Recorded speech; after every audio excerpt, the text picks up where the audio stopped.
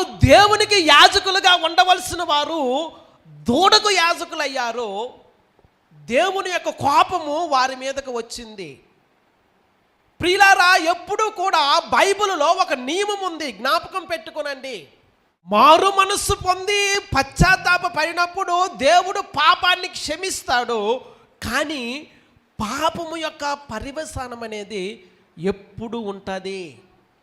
Sin is forgiven, but the consequences of sin remain. ప్రియులారా, వారు పాపం చేశారు.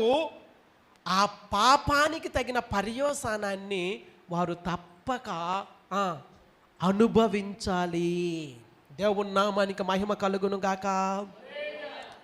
ఒక మంచి ఉదాహరణ, దావీదు దేవుని ఎదుట పాపం చేశాడు. ప్రియులారా,